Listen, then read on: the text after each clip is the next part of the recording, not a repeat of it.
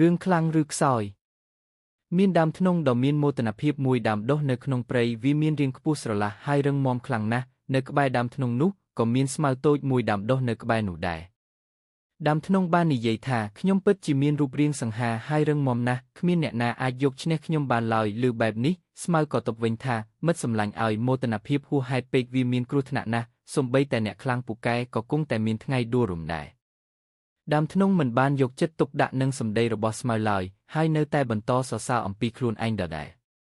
នៅពេលមានខ្យល់បក់មកយ៉ាងខ្លាំងដើមធ្នង់នៅតែឈរយ៉ាងរឹងប៉ឹងទោះបីជាមានភ្លៀងធ្លាក់ក៏ដោយក៏ដើមធ្នង់នៅតែបង្ហាញភាពខ្លាំងដោយការត្រដាងស្លឹករបស់វាក្នុងអំឡុងពេលនោះស្មៅបានត្រឹមតែអន់ក្បាលចុះទាបដើមធ្នង់ក៏បានសើចចំអកឲ្យស្មៅ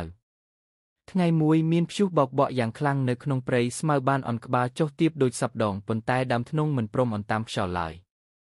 ព្យុះកាន់តែខ្លាំងឡើងរហូតដល់ដើមធ្នង់មិនអាចទ្រាំទ្របានទៀតទេវាមានអារម្មណ៍ថាកម្លាំងរបស់វាចាប់ផ្ដើមចុះខ្សោយ